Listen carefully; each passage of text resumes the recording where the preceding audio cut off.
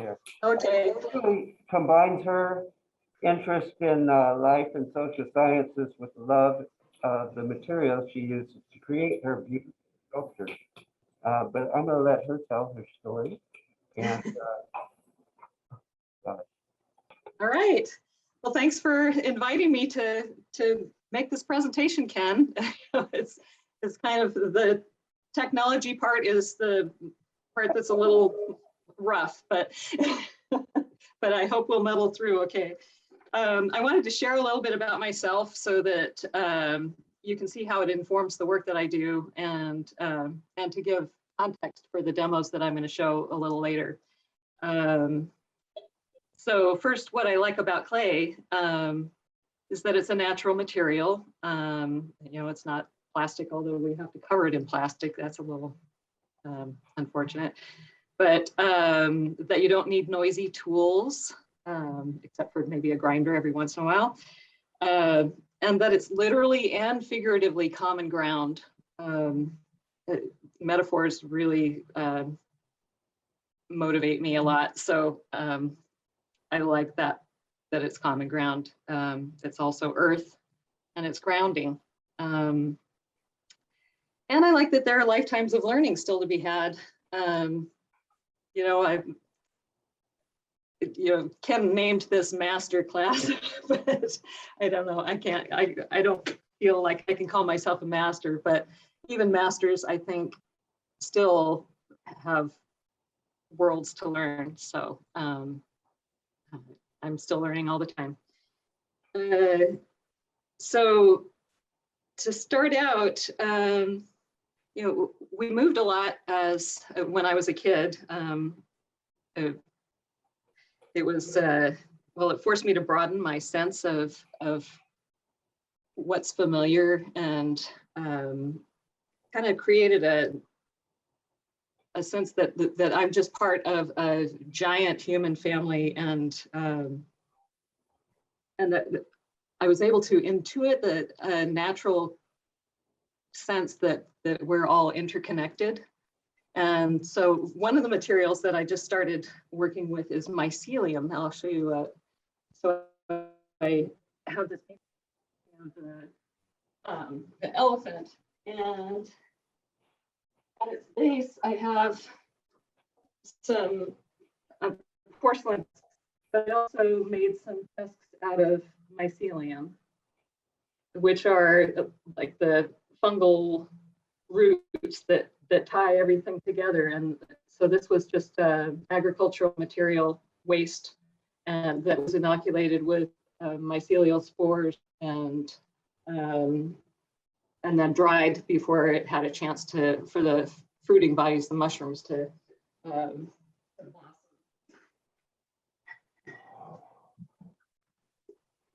So, being involved in sculpture, you can use lots of different materials where, if you're doing pots or something functional, you're a little more restricted in having it be food safe. And but I would like to kind of explore having something that's functional, but also brings in the animal in some way. So let's see. So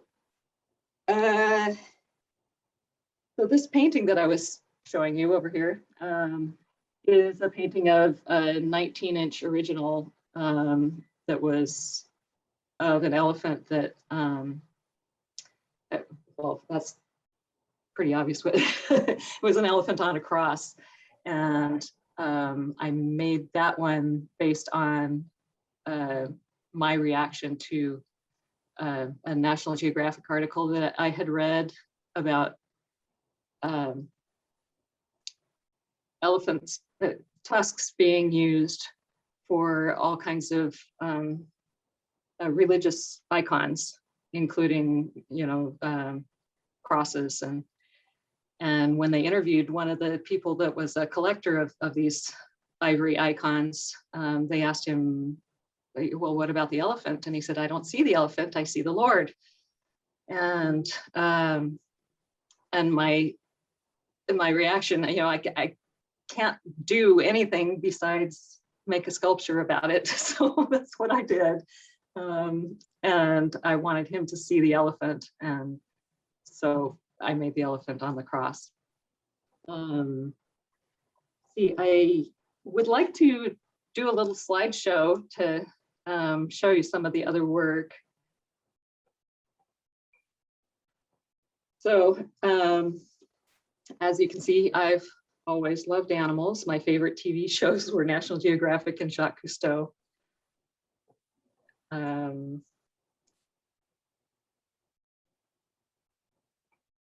But my only experience with clay until I took sculpture in college was that primal play that most kids do, like taking mud baths and making mud pies.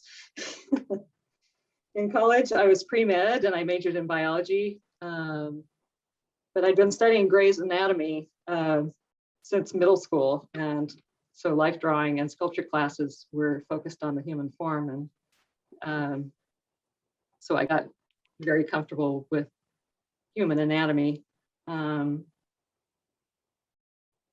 my interests now, 40 years later, I am a marine naturalist and a volunteer for Whale Scout. Besides land-based whale watching, we do riparian restorations, and I also lead our Whale Scout book club. And the book we just read is Carl Safina's Becoming Wild. And he has a whole section of his book about how female birds drive the selection of beauty. And he points out that what they find beautiful, we also find beautiful. When he proposed that the world appears beautiful so that the living may love being alive in it, I had to stop and write it down. That's another thing that both artists and biologists can marvel in together. So a lot of my pieces tell a story. They're about something that moves me, obviously, like the elephant. They're about feeling connected to everything and everyone, and about the beauty of a living thing. This is a Markhor that I'll tell you a little bit more about the story later. Also about pain and sadness from loss. I want to create an individual that people will care about and want to know their story. But sometimes, like in the case of the elephant, that was so heavy, so sad for me that I needed to make something that just reflected the contagious joy from animals like otters and puppies.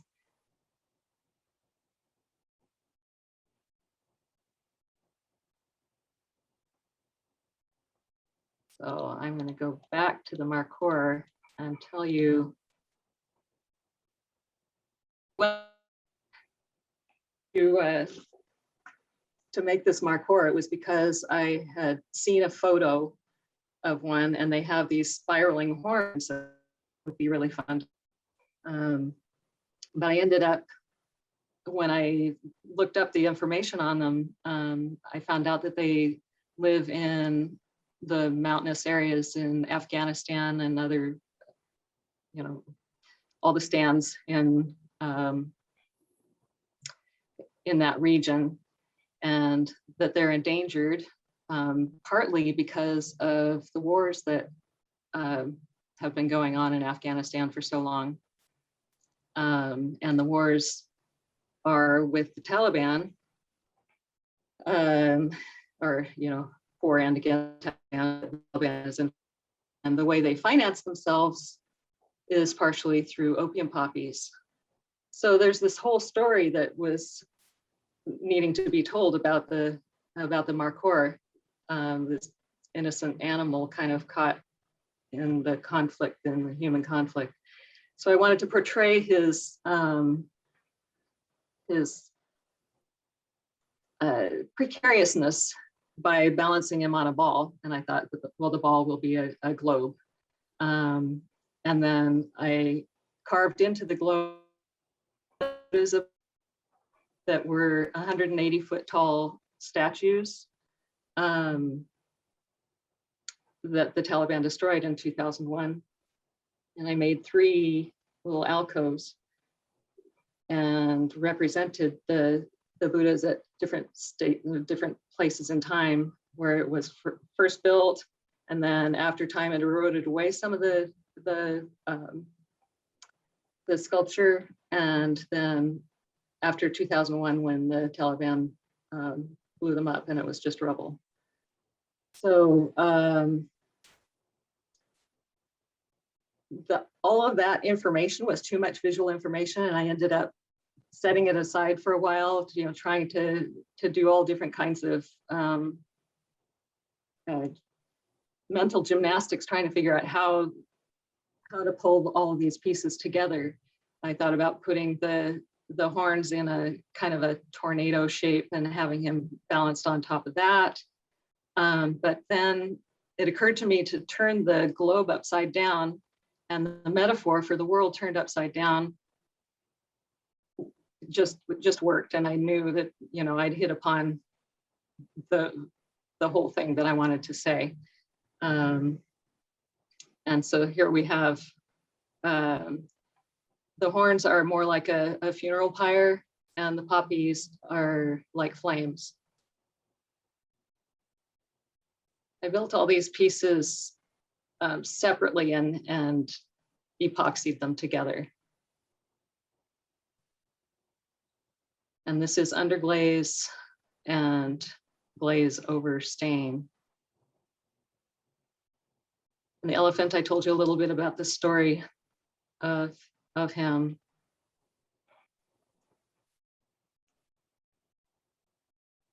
And the whole time I was building him, I was pretty much in tears.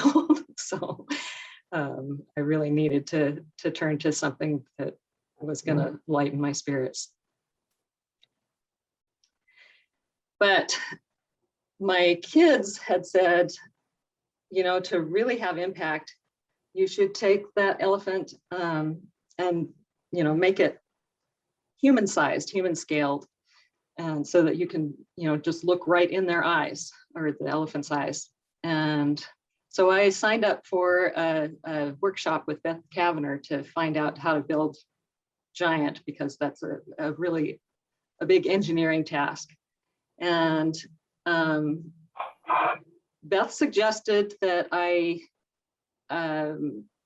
reconsider that maybe I would attract more bees with honey, and that you want to invite the viewer in rather than have them, just pushed away by not knowing what my intentions are, and that once you have them, the viewer hooked in, then you can deliver the message, the zinger. So something more subtle. So I chose to do a rhinoceros instead, and this was a method of, this was a maquette, and I wanted the rhino to be wall mounted and kind of like she was dancing or flying. And so she said to build it in such a way that it's going to be positioned while I'm building it, how it's going to be mounted. So that's why I was on that really tall stand. This is the armature, which is really complicated, and when you cut it off, you have to, take the armature, take it off of the armature. So that's a lot of pieces that you cut out. But when you're building solid, you can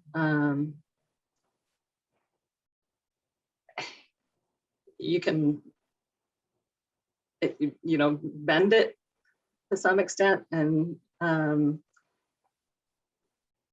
if I didn't feel like I had enough of a movement in it, I could take those pipes and just reef on them a little bit, and it could turn the whole piece because it's solid. And you see, I had to support the legs.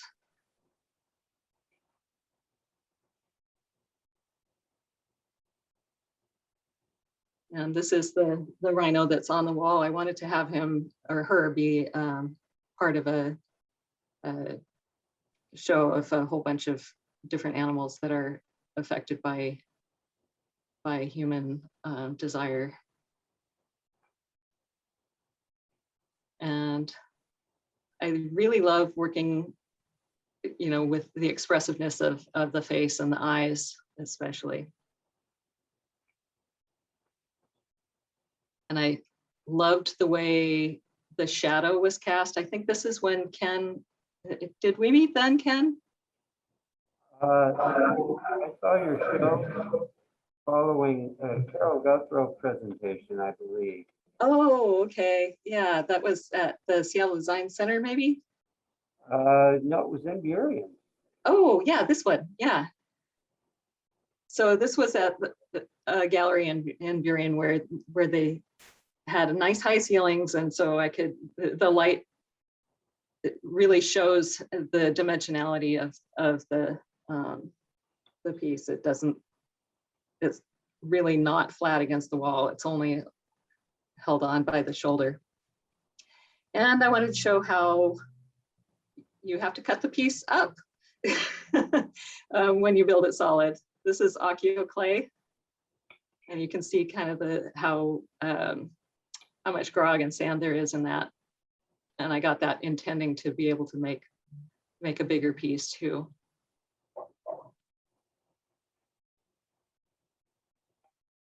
And this was the point where I totally lost it, even though nobody's gonna see that part because it's up against the wall. But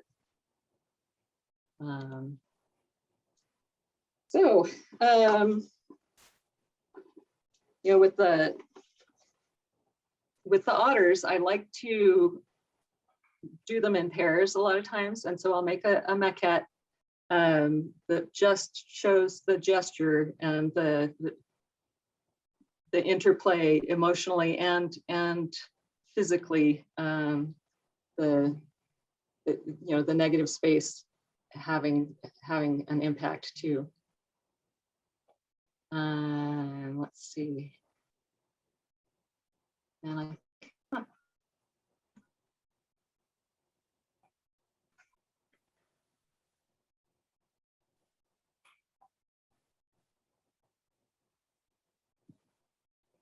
screen sharing has stopped. I'm going to try that again.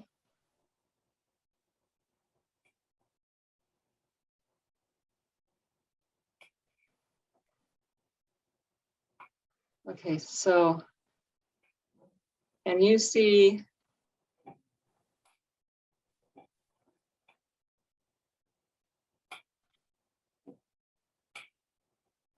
can you see this? The otter, I built this one hollow, and kind of a cross between slab and coil building. And I think I'm gonna have to, maybe if I move this. Oh, there we go. Huh.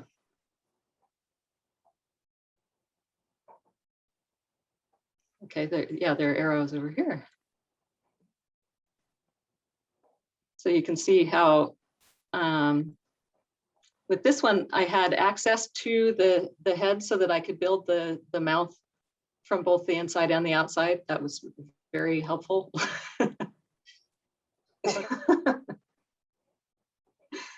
Okay, but this is the underglaze that I was telling you about. That I just did a wash of black to outline the eyes and to get black into the places where the whiskers are going to go. And this is that sgraffito that I want to show you. That's a very meditative process.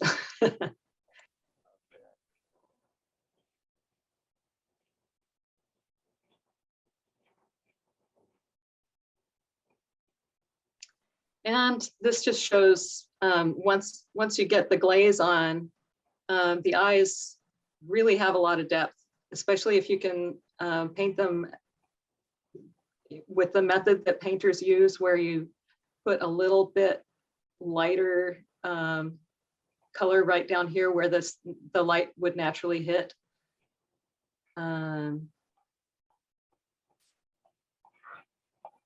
These are just, this is a way to build solid where the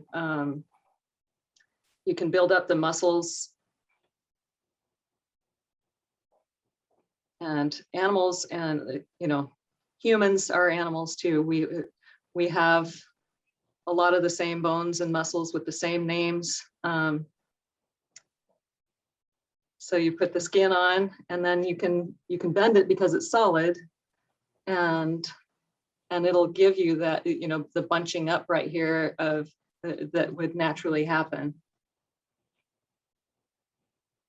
And this is slab building. Because the clay can't support itself, you need to have some kind of a support for it. So I like to use, I use a bean bag, or this is just some foam wrapped in plastic. And I'm going to show you a little bit of slab building. It doesn't look like much while you're making it, but you can push from the inside with some great tools, and just your fingers, and get something very quickly that'll look like a face. And I think that is it for my slideshow. And I wanted to show you how much eyes mean to me. I put one on the front of my portfolio, and that has horsehair for the eyelashes. That's an elephant.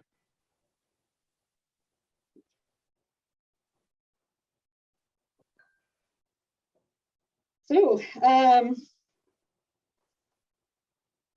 did anybody have any questions about the presentation, or shall I go ahead and start showing my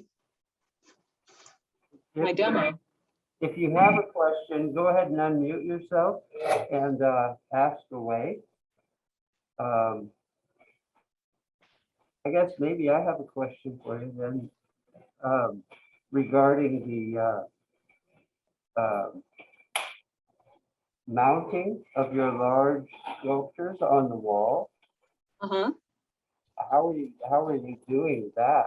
I can show you. That's I use a French cleat system. Okay. And with the otters, I use a piece of metal that you can get at the hardware store.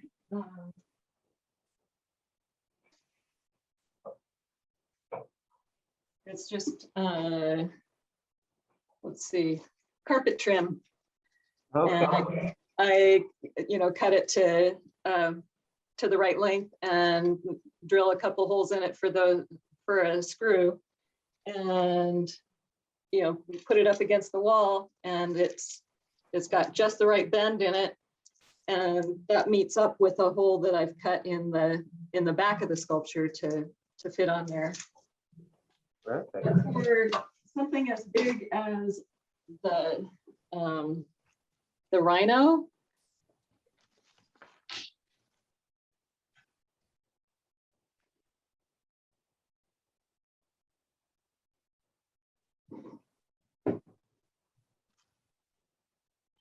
can you see that there's a wooden block here on the wall that's cut at a 45-degree angle? And this is the mounting. Got it. Perfect.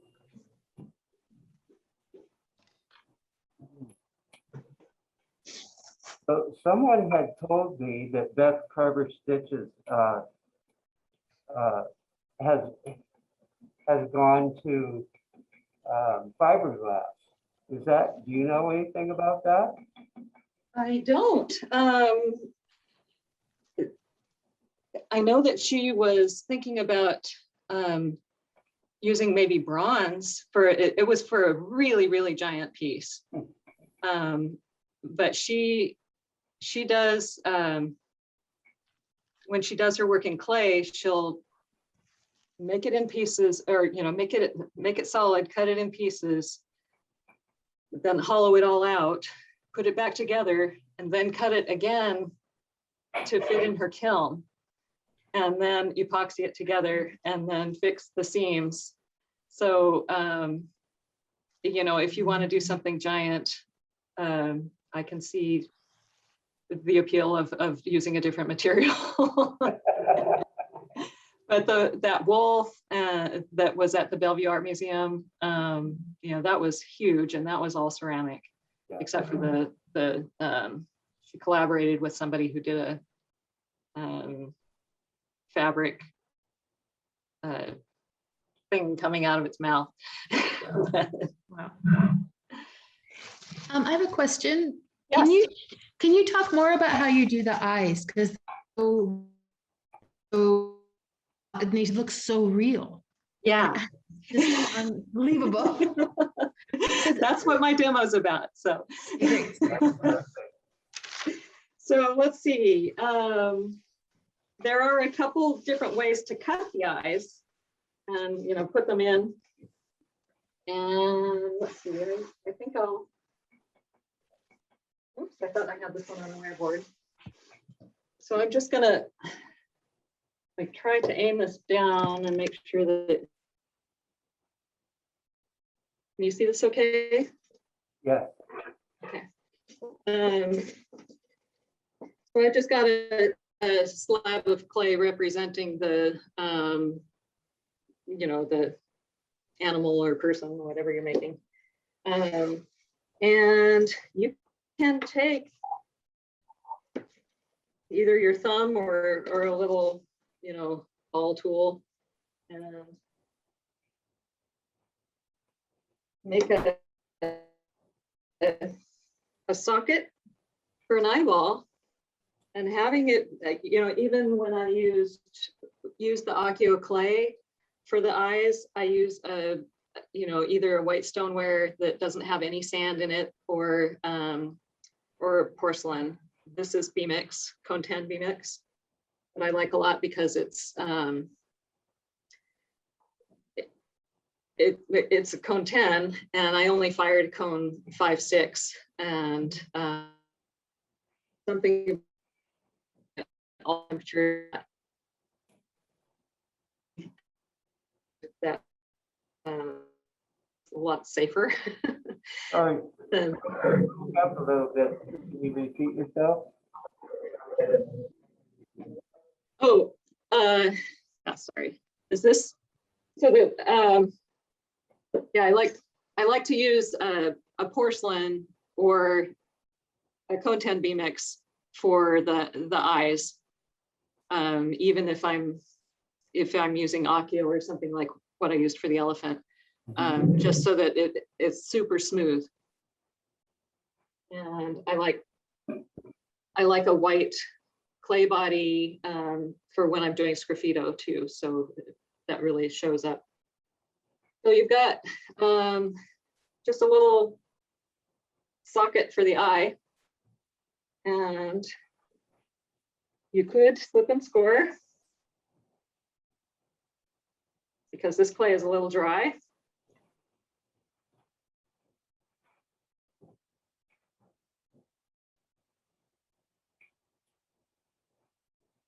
And then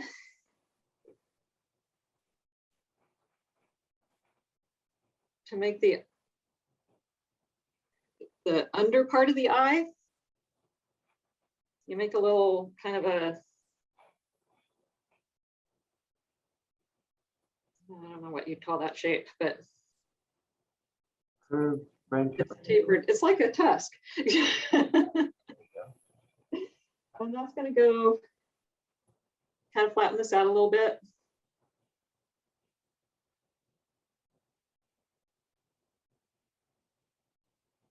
I'm going to go underneath, and you can kind of smooth it out.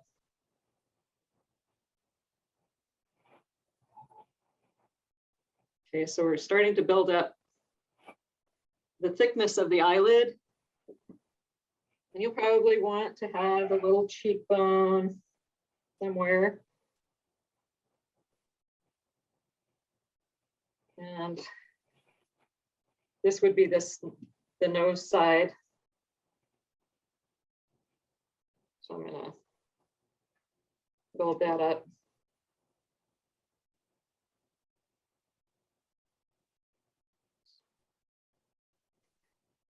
And if you want, you can put a little tear duct in, just a tiny little ball right next to the eye.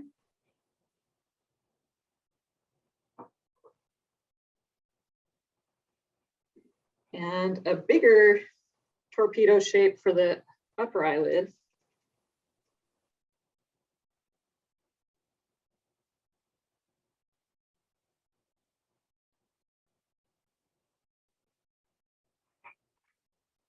And you kind of think about where the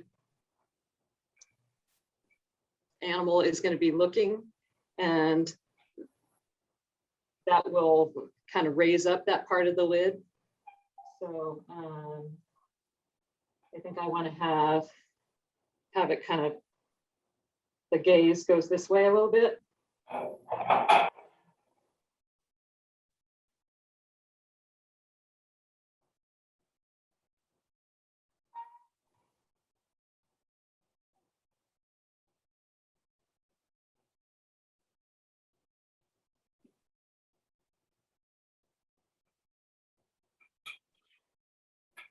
And there's usually some part of the skull that sticks out here.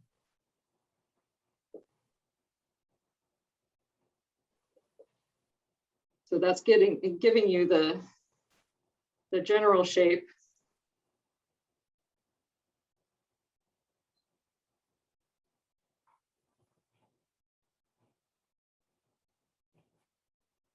And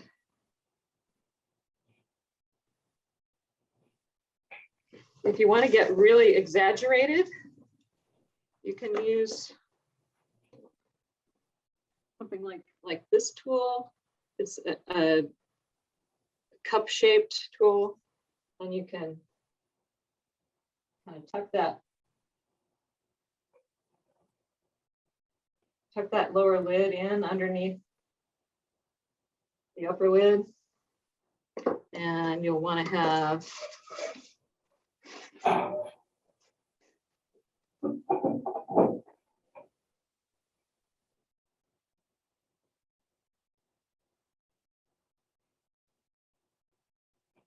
some lines underneath.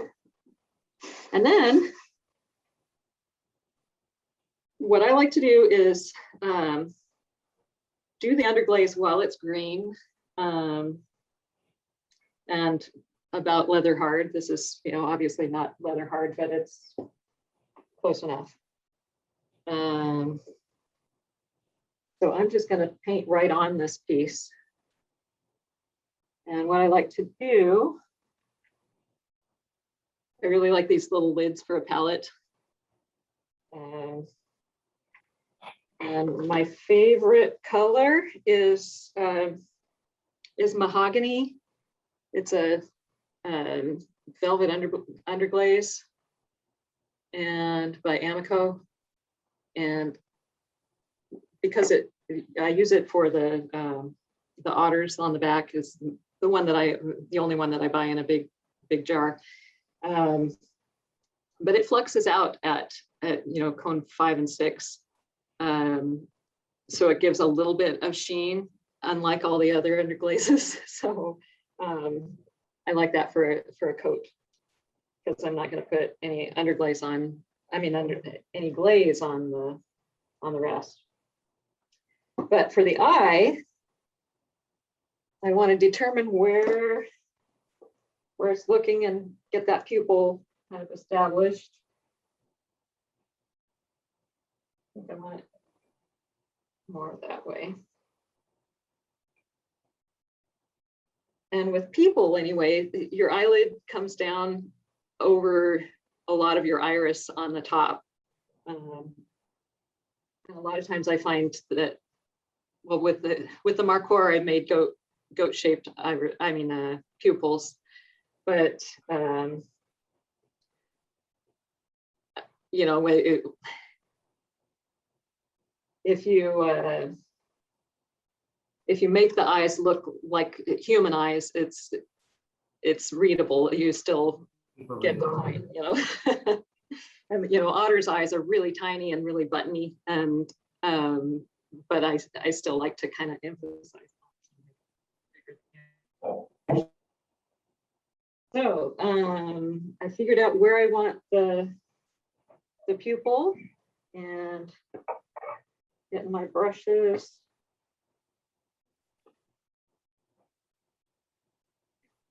And you need some really tiny brushes to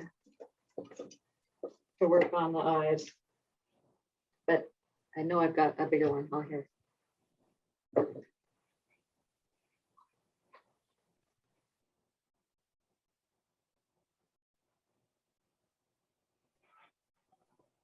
And intense yellow is another one that I really like because it doesn't burn out.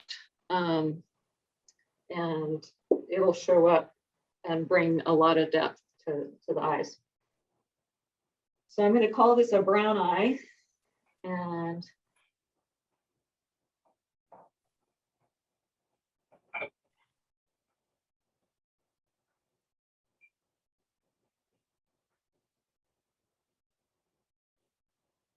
also with an animal that you don't see very much there.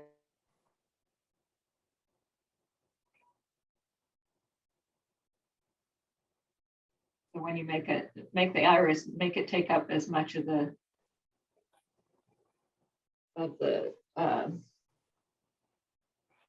eyeball as you can.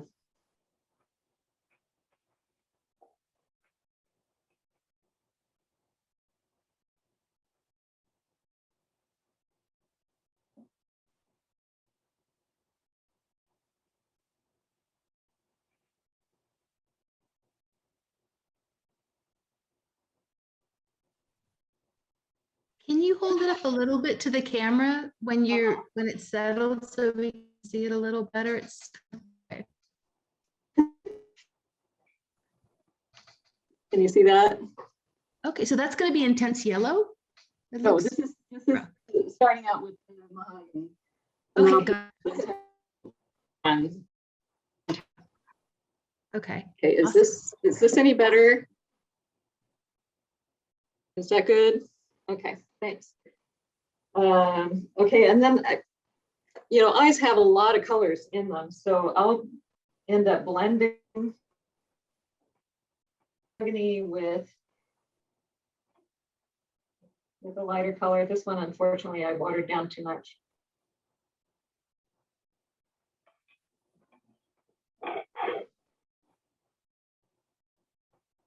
And I think I'm going to switch over to my small brush even now.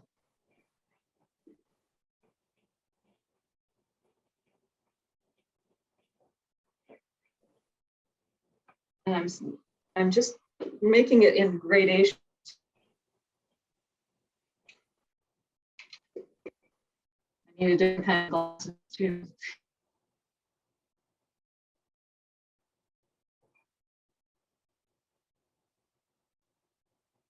So you almost can't see, but there's a gradation of colors that's happening. And the next I'm going to just blend some intense yellow with it.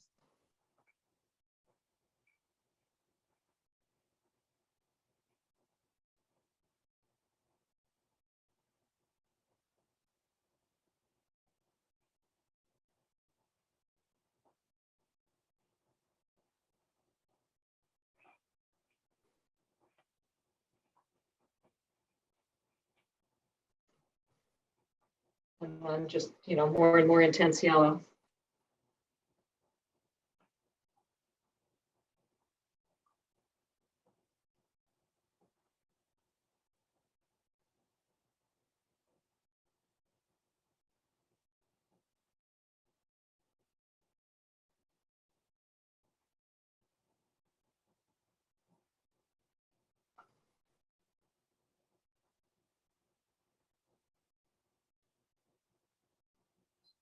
And then put the pupil in.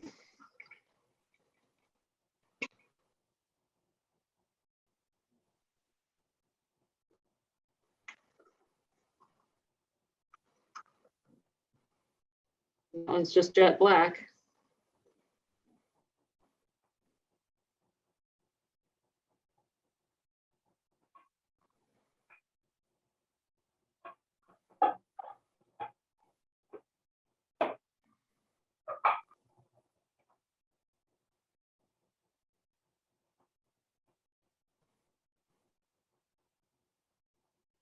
And if I were to fire this, I'm closing the, okay. If I were to fire this and find that it wasn't intense enough with underglaze, you can always add more. And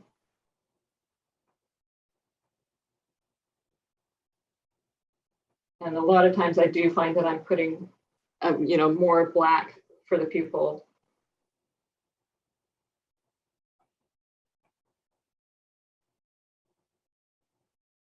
Do you ever use acrylic?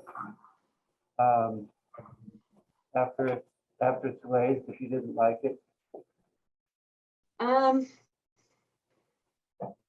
Usually no, especially not for eyes, because I put a clear glaze on, and so the clear glaze really brings it to life. Sure. On one of my loons, I ended up using nail polish, just clear nail polish over the top. And that worked okay, but I wasn't really as happy with it. So, and with the rhino, that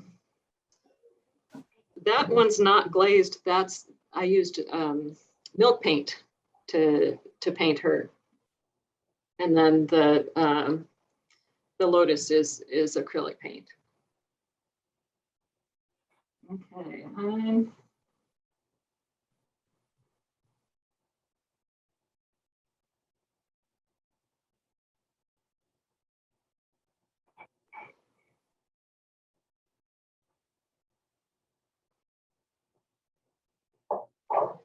So that's starting to get there.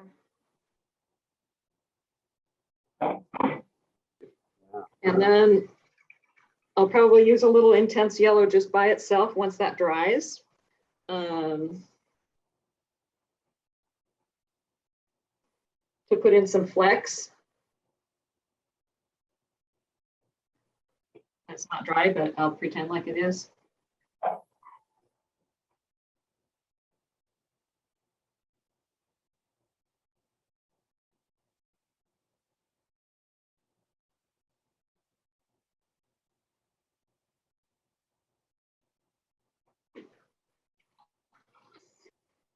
And a fun thing to do is like put something like this is medium blue rim around the very outside edge of the iris, if you can see it. And I really need my reading glasses to do this, but no, that's not.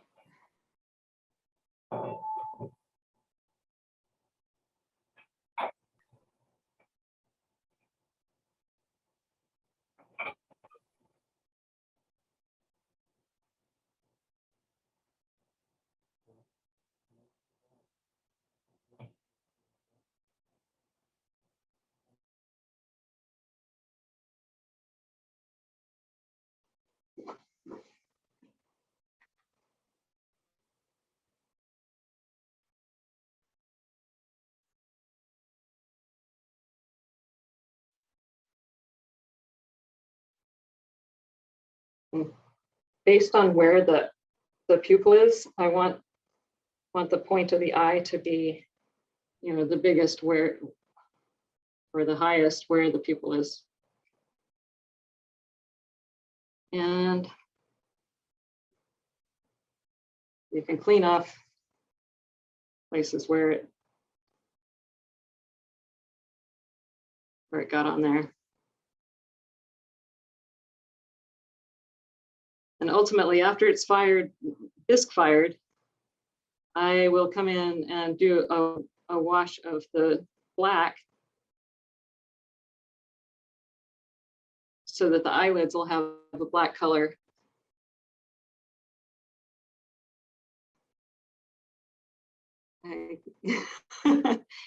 One way of getting the eye to have some depth, and you can play with the,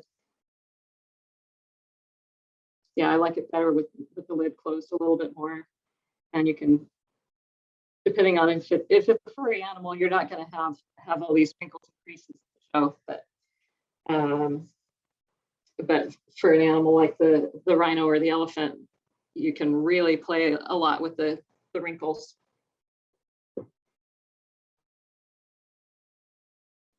So this is what it will look like when it goes in for the first bisque.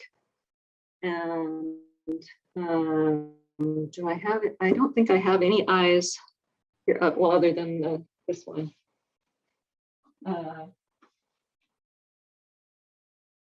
not sure if you can see the lines that are kind of painted in, but you can also see where the is cutting in the creases and corners. Really beautiful. That's after a second firing, and then you can just put the clear glaze on right away after that, and after the bisque and the stain, I mean in the glaze. So there's our, that's a little less distracting. That's one way to build an eye. And then another way, I assume everybody knows how to make a like just a slab around a form, a cylinder. You wrap the cylinder with paper and then wrap your slab around it and slip and score, and it'll pull together. I just decided that I'd like to try using a different form. Instead of going from a cylinder and trying to build out the face, that I'd go ahead and start with a cone shape. So I haven't done that yet, but I started just a cone that was built around this cone. And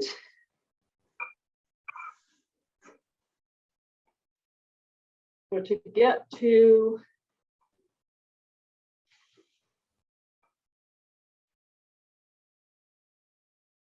this is kind of one that I did a demo of, I think, in my class. It doesn't have the ears yet, and it doesn't have the eyes cut yet. But this was just a slab that was built around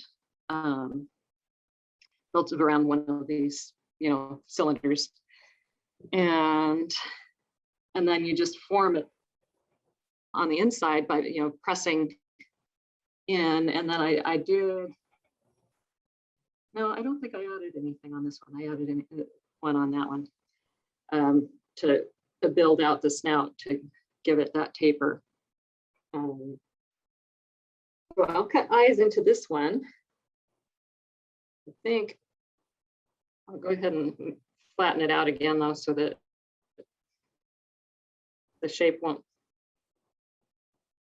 be can you see it? Misshapen.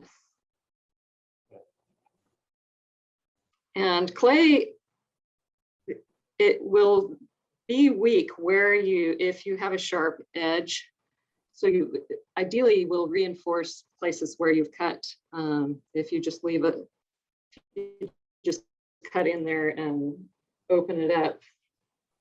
You want to add a little extra clay to clean it up. So here's after I've formed it into this otter shape to make the eyes, you just draw the shape that you want on there.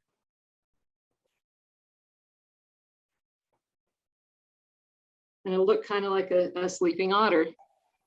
It's tricky getting them symmetrical, so I'm going to have to look at it.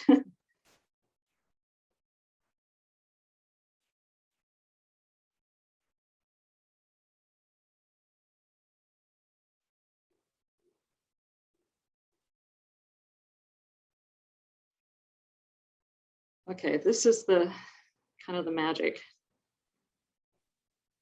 Make sure that it's not too thick in here. And the thickness of the clay is going to form the thickness of the eyelid when I cut into it.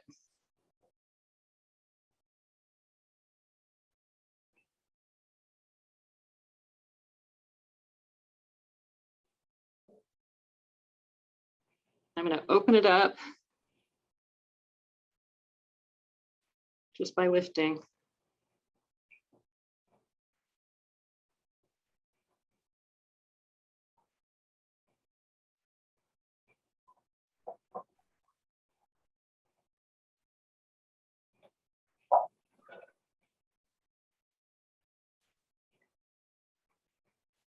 Now I'm opening the bottom lid.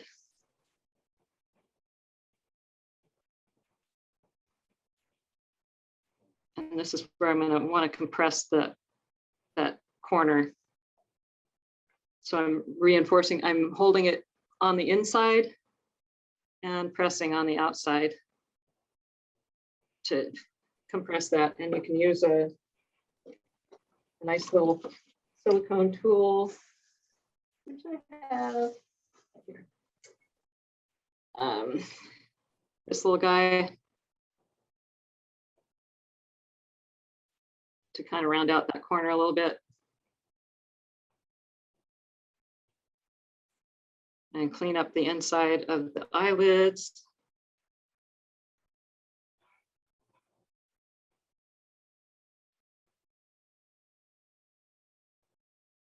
It's nice to clean it up before you put the eyeball in. Otherwise, you know, you might end up messing up your eyeball.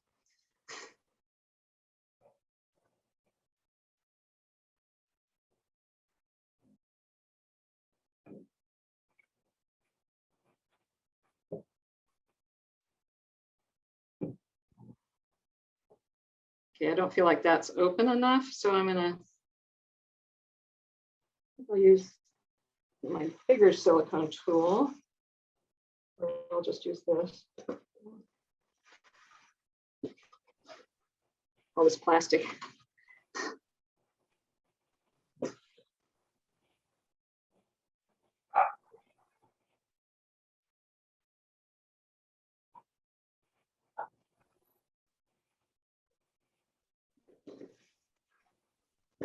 A pointy one. There it is. I'm just easing it open.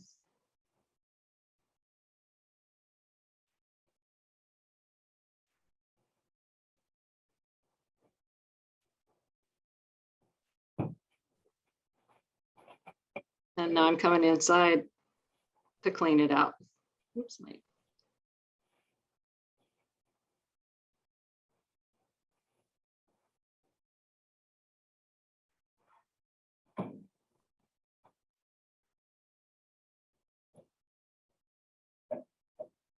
okay, can you see that? And now you just kind of estimate the size of your eyeball.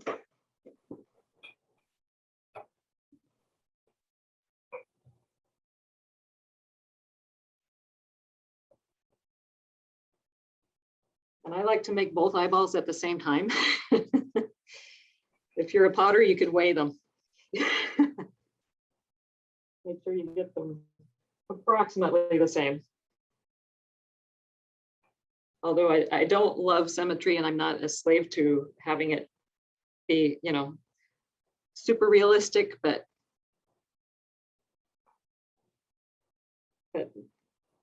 if you do it at the same time, it'll make it easier for yourself.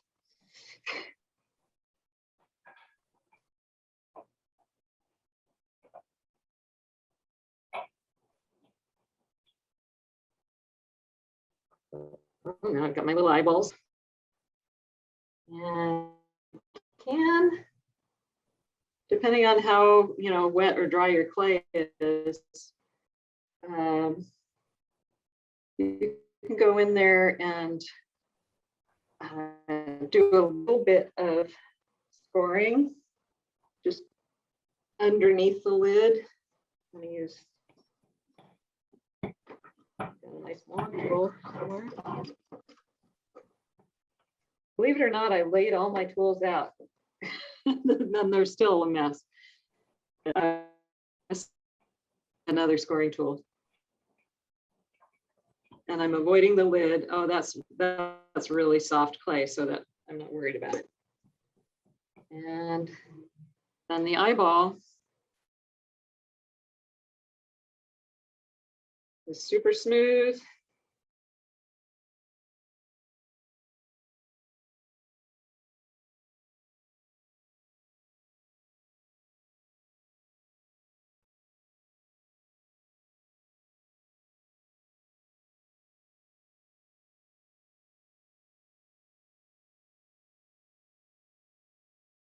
I'm going to just take some of this off because I want the eye a little wider. So when it pressed out,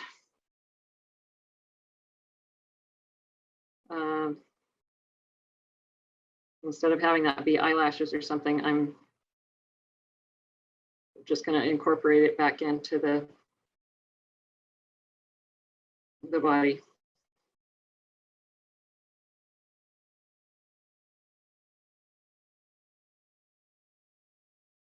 So can you see that?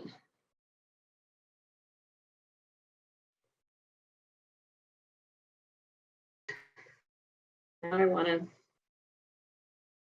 tuck the lower lid underneath the upper lid.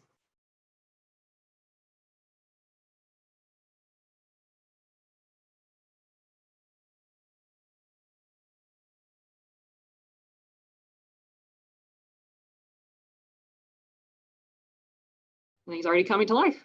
He looks a little angry, so I'm gonna try to move where that where that eye is.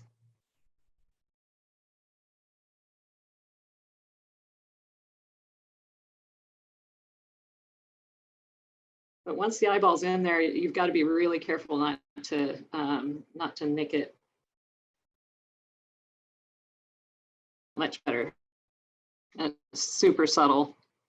And I could sit around and play with that for a long time. And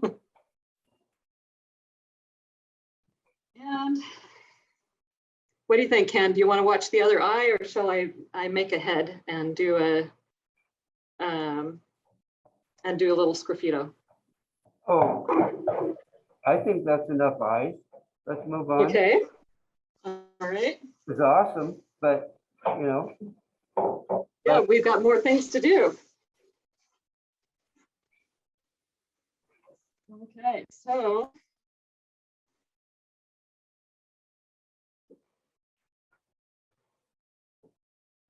with the building the head, okay, I wrapped this with paper, and just based on the size of the paper, I cut a slab of clay to wrap around it and reinforce the seam.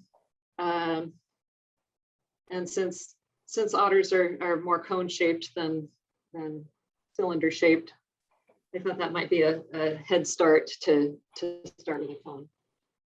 And then I take another slab that's the same thickness as this one and put it on there to see where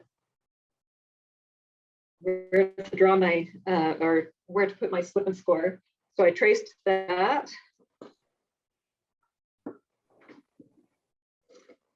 And you can use a needle tool or your fettling knife to trace it. And I don't cut it off yet. I slip and score first.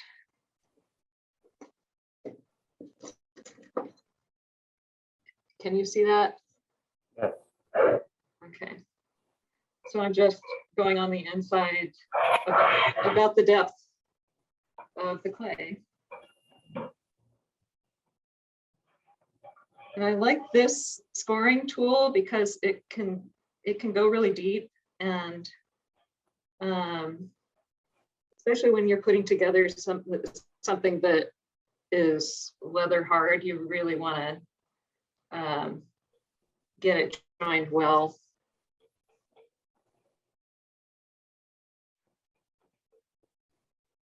So I'm scoring up this isn't leather hard. I just made this, so.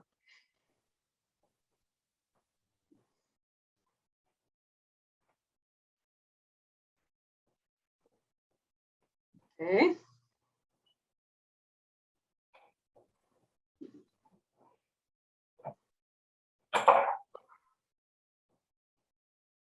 And you just match it up, and there's my little paddle that I got out.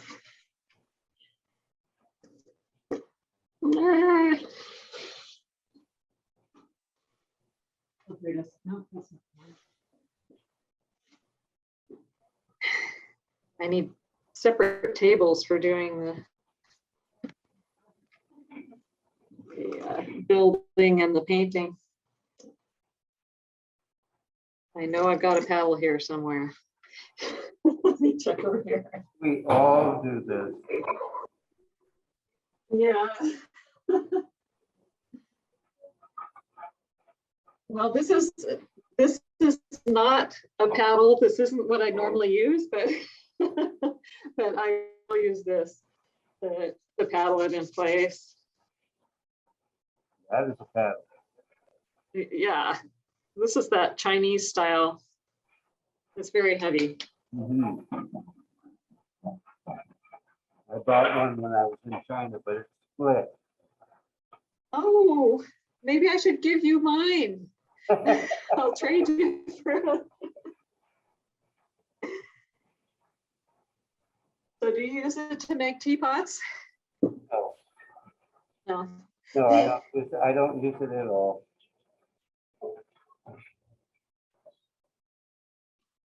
Okay, now it's paddled on, and then you can cut it out.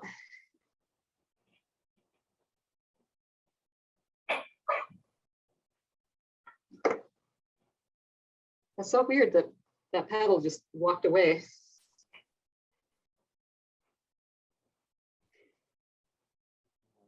Let's do that. Yeah. I can't blame my cat for that. I guess I could use this one. But because I really like to paddle to get things to come to shape.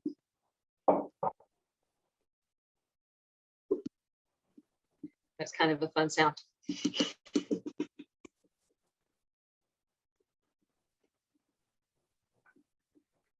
There are lots of ways to go about getting the shape of the otter. You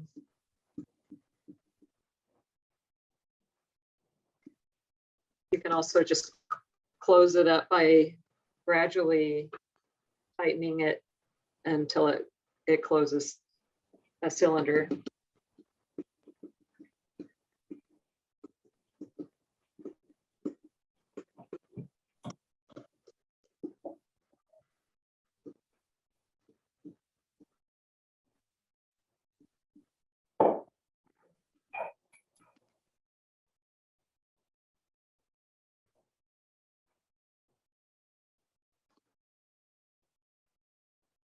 So this one will already have the shape of the body kind of.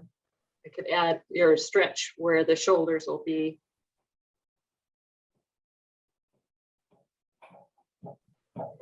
The otter's pretty pointy.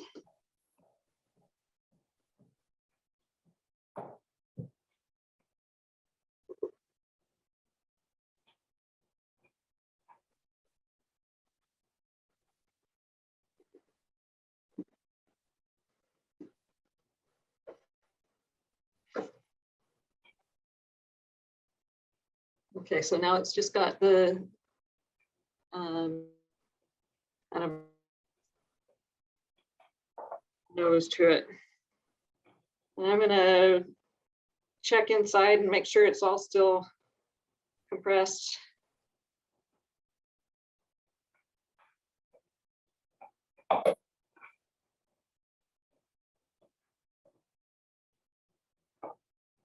So it should look pretty good on the inside too. My hair is being a cutoff wire. I need a light to show you.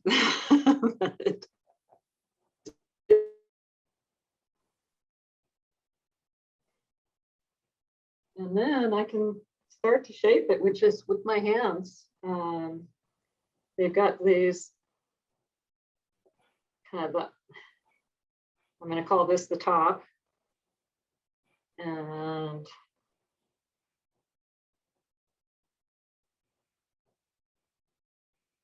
they've got those cute little cheeks.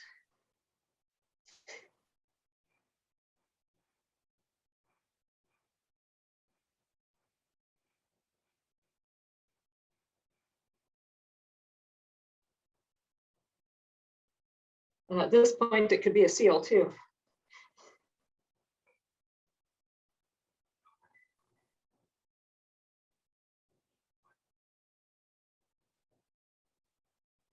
Sometimes I'll draw in the line so that I don't lose track of where my center is.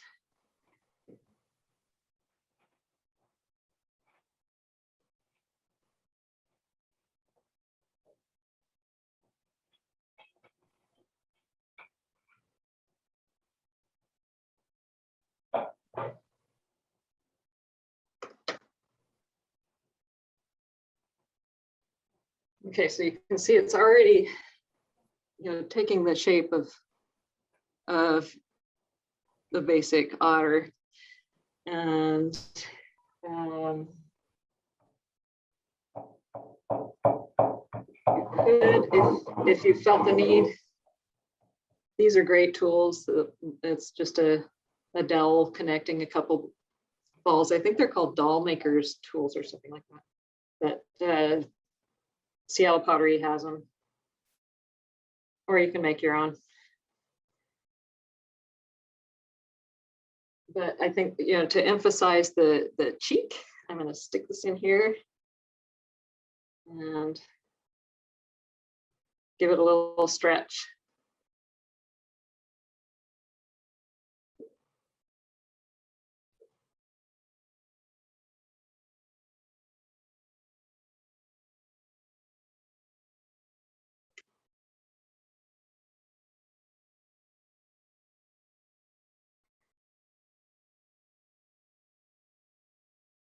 And I think I'll add nose to it instead of, well, I can probably stretch it.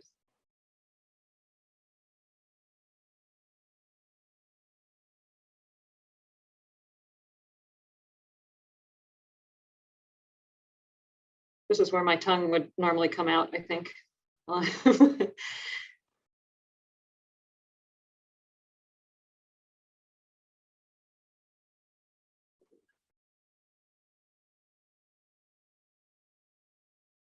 Okay, then it's just finessing.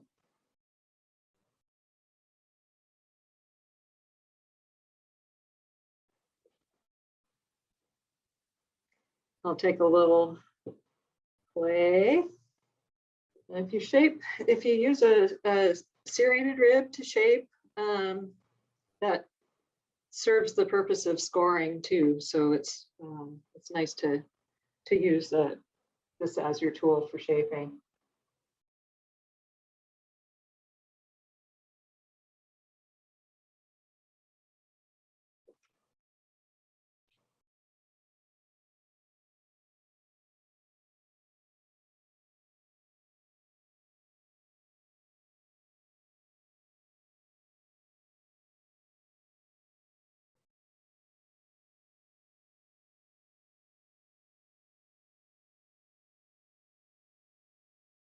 It's so strange with everybody on mute. I don't I don't know if anybody can can hear or see what's going on.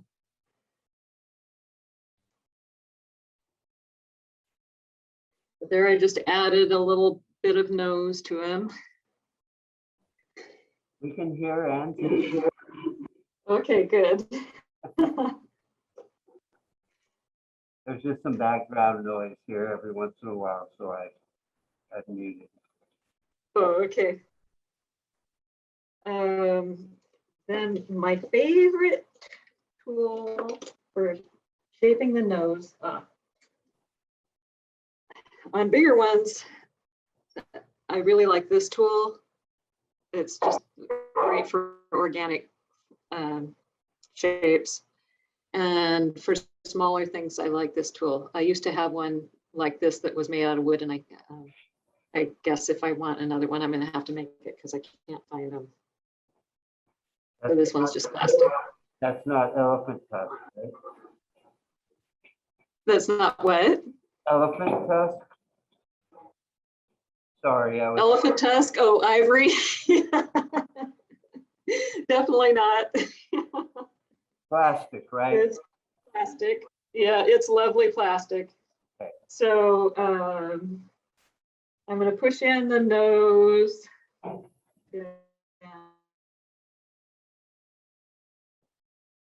And different critters have different places where their nostrils are, and a different nostril than a river otter.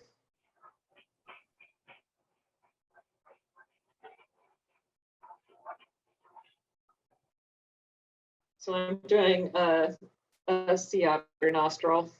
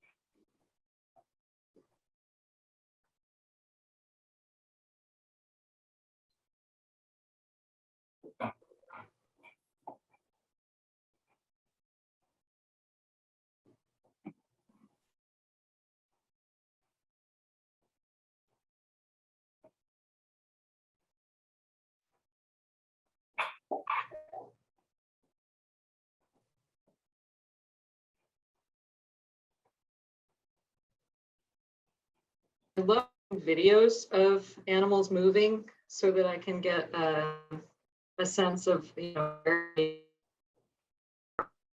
and how they express their yeah.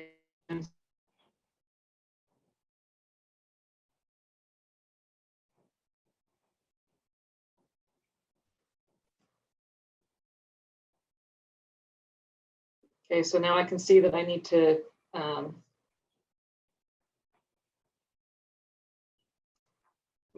push out this cheek a little more.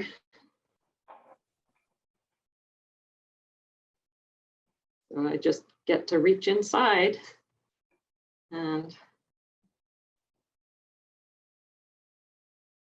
resist it on the outside.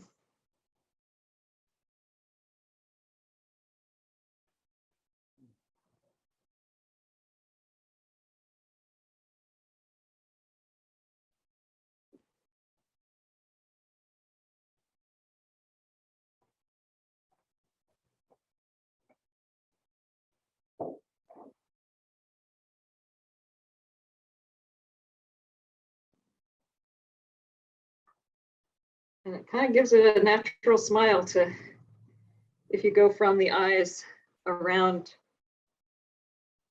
the cheeks and just press it in a little bit. And I am going to use a nice stiff round brush. That's not very round. When you use brushes on clay, they get kind of fast.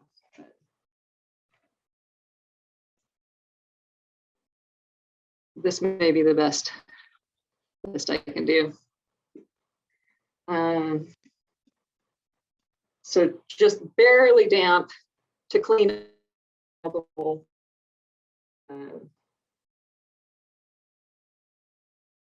places where the clay got roughed up, bird.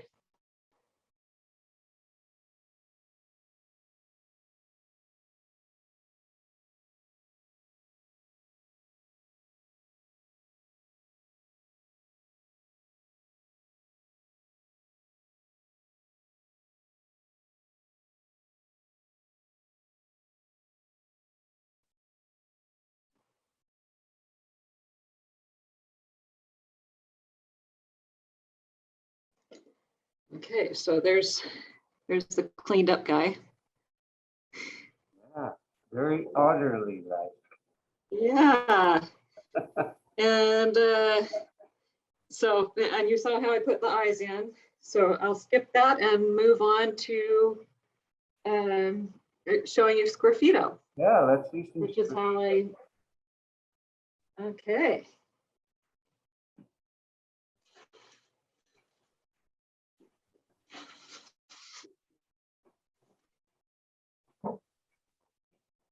So this guy, I just painted right before class with underglaze, and I didn't finish it. And obviously the eyes aren't at the point that I would normally be doing this, but you paint in, you know, the colors that, or the gradations of color that you want first before you start Sgraffito, because once you've done it, you can't go back in and, you know, add more, because it'll cover up everything that you've carved. So, you know, make sure it's what you want. And I like to use a little, I don't know if it's considered a loop tool, but it's a, you know, a ribbon of wire that's in a really sharp angle. Can you see that? Yeah, If I sure. hold it up against that to but people use, you know, have their different favorite tools that people use. And I like to think about emphasizing the shape and the directionality of the fur. So like coming the nose, we curve away this way and go under the eye, and then it'll on the forehead.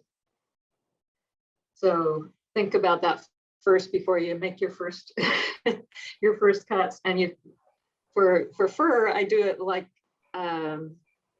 you know, petals of a leaf, or you know, like tiles. So I start here and work my way out. Now I'm thinking, so they're little points.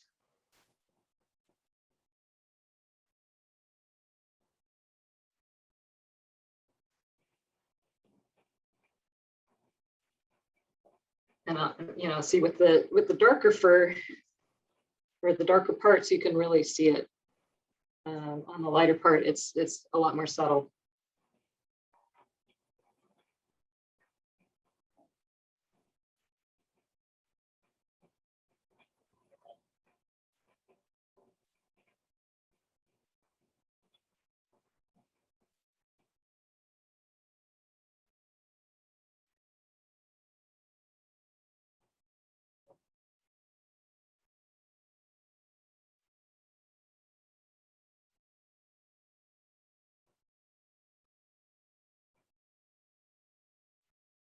And on that, on Sophie, the dog that I showed you the eyes, Yeah. I painted her with you know, really bright colors. It was I think I used Soldate, or it might have been Accio.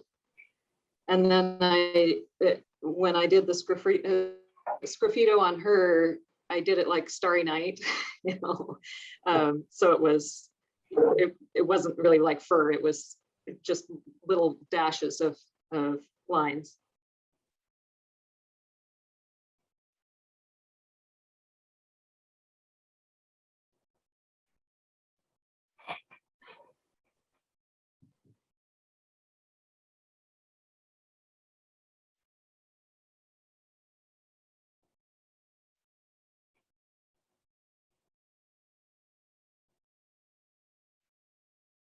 A little bit makes me think of those Australian paintings, Yeah. like leaves blowing in the wind or something.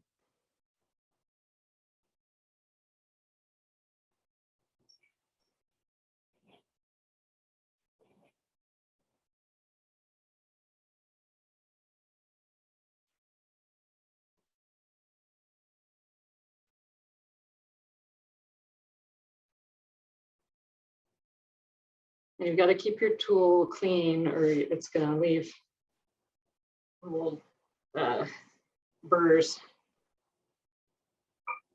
Sometimes I'll go in with a dry paintbrush and just brush it off.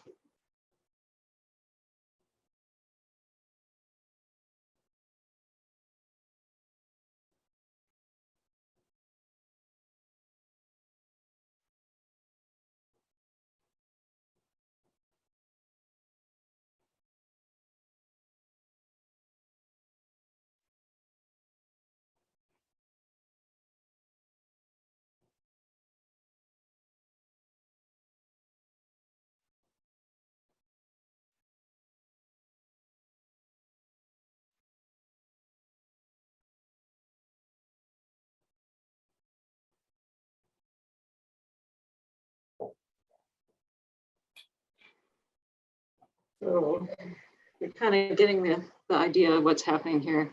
Oh, yeah. Yeah. Oh, I wanted to show you another tool that I really like for if anybody wants to do animal sculptures. This is a texture tool, and for noses, it's great, especially for dogs. It's just got tiny little sharp bumps on it, and so I could roll it on here.